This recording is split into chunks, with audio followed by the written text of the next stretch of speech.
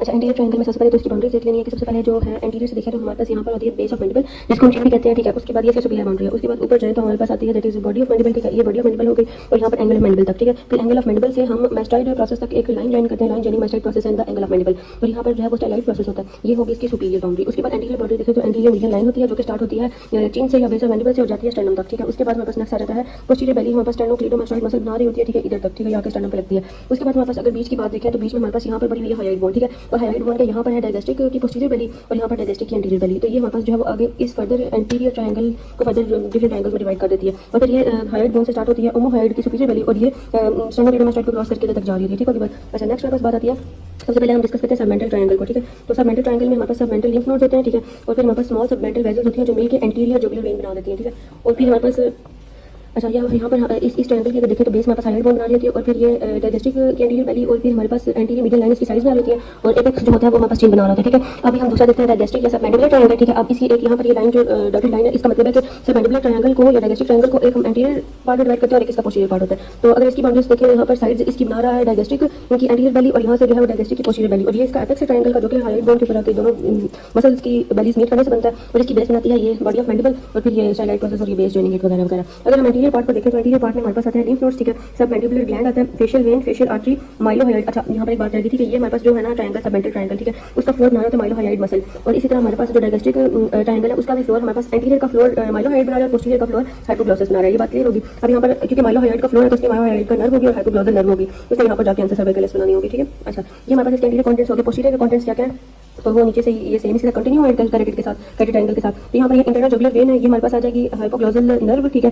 फिर ये accessory nerve है, ये वेगस नर्व की गैंग्लियन है, ठीक है। और फिर यहाँ से ये देती है जी pharyngeal branch of the vagus nerve, that is pharyngeal branch of the vagus nerve. और यहाँ पर ये वाली जो ब्रांच है ये हमारे पास आती है जी that is of superior pharyngeal nerve और ये वेगस नर्व आ रही होती है, ये मेंशन हुई है, ये वेगस नर्व है, ठीक है। अच्छा, उसके बाद हमारे पास आ जाएगी ये वाली that is accessory nerve, accessory तो ये वाली थी ना, ये वाली, ये हमारे पास हाइपोग्लॉसल नर्व है 9, ठीक है। उसके बाद ये इंटरनल कैरेटेड और ये हमारे पास एक्सटर्नल कैरेटेड और यहाँ पर कैरेटेड ग्लैंड को एक्सटर्नल कैरेटेड पियर्स करती है मैक्सिलरी आर्टरी और सुपरफिशियल टेम्पोरल में, क्योंकि आधी टेम्पल है तो इससे सुपरफिशियल टेम्पोरल। तो फेशियल आर्टरी जो होती है एक्सटर्नल कैरेटेड की ब्रांच वो हमारे पास कैरेटेड ट्रायंगल से निकलती है और ये इधर डायगेस्टिक ट्रायंगल तक आ रही होती है, ठीक है। अच्छा, ये वाली बात क्लियर होगी। अब हमारे पास बस ये दो ट्रायंगल रह गए। अब हमारे पास मस्कुलर ट्रायंगल की बात करें तो उसकी हमारे पास एंटीरियर साइड बना रही होती है ये हाइलाइट कार्टिलेज, फिर हमारे पास ओमोहाइलाइड की स्फीयर वैली और फिर हमारे पास यहाँ पर इंफ्राहाइलाइट और यहाँ पर जो है ये स्टर्नम और ये दोनों मिलकर इसका एपेक्स बना रहे होते हैं। तो इसमें हमारे पास क्या होते हैं इंफ्राहाइलाइट मसल्स होते हैं जो कि स्टर्नोहाइलाइट, स्टर्नोथायराइड, थायरोहाइड और ओमोहाइड, ठीक है। और इंफ्राहाइलाइट मसल पेज नंबर 101 पे हम देख लेते हैं।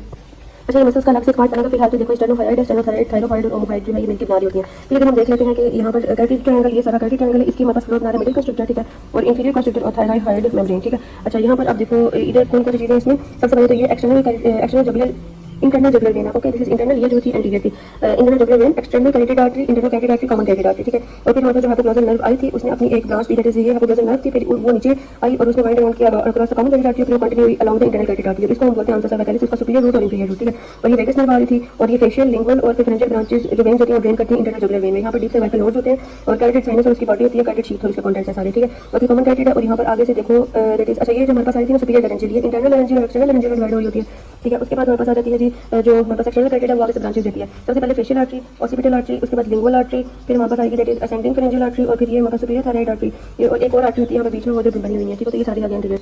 अच्छा, अब इससे रिलेटेड हमारे पास आता है कि पोस्टीरियर ट्रायंगल है ना, जो पोस्टीरियर पार्ट ऑफ डायगेस्टिक ट्रायंगल, ठीक है, उसमें हमारे पास एक होते हैं सुपीरियर स्ट्रक्चर्स जो कि सुपरफिशियल स्ट्रक्चर्स होते हैं, फिर एक डीप स्ट्रक्चर होते हैं, डीप स्ट्रक्चर होते हैं। तो सुपरफिशियली हमारे पास कैरेटेड ग्लैंड होता है जो हम पाइपेट भी कर सकते हैं, एक्सटर्नल कैरेटेड आर्टरी जिसकी हमें जो है वो हम फील भी कर सकते हैं उसकी जो पल्स है। अच्छा, उसके बाद हमारे पास डीप स्ट्रक्चर जो कि एक्सटर्नल और इंटरनल कैरेटेड आर्टरी के दरमियान पड़े थे, क्योंकि external carotid artery superficial structure है और डीप कैरेटेड आर्टरी मतलब डीपेस्ट स्ट्रक्चर जो है वो इंटरनल कैरेटेड आर्टरी है। तो इन दोनों के दरमियान जो है वो मिडिल स्टाइलोफेरेंजियस है, स्टाइलोग्लॉसस है, ग्लॉसोफेरेंजियल है, vagus nerve and styloid process, ठीक है। ये हमारे पास डीप होते हैं और फिर हमारे पास डीपेस्ट होते हैं इंटरनल जुगुलर, हमारे पास जो वेन है वो और साथ में वेगस नर्व, हो गया बात। फिर आंसर सर्वाइकलिस की बात करते हैं कि it is embedded in the carotid sheath anterior wall of lower part of the larynx, ठीक है। अच्छा, इसको ये सप्लाई करती है इंफ्राहाइलाइट मसल को, it descends on the in relation with inferior jugular vein, ठीक है, ये हमने देख लिया था। अच्छा, यहाँ पर देखो हाइपोग्लॉसल नर्व है, ये जो टंग को सप्लाई कर रही होती है ये वाली ब्रांच, ठीक है। फिर ये आगे से कनेक्ट हुई है ventral rami of C1, ventral rami of C2 और वेंट्रल रिमाई ऑफ C3 के साथ, आंसर सर्वाइकलिस है जो, ठीक है।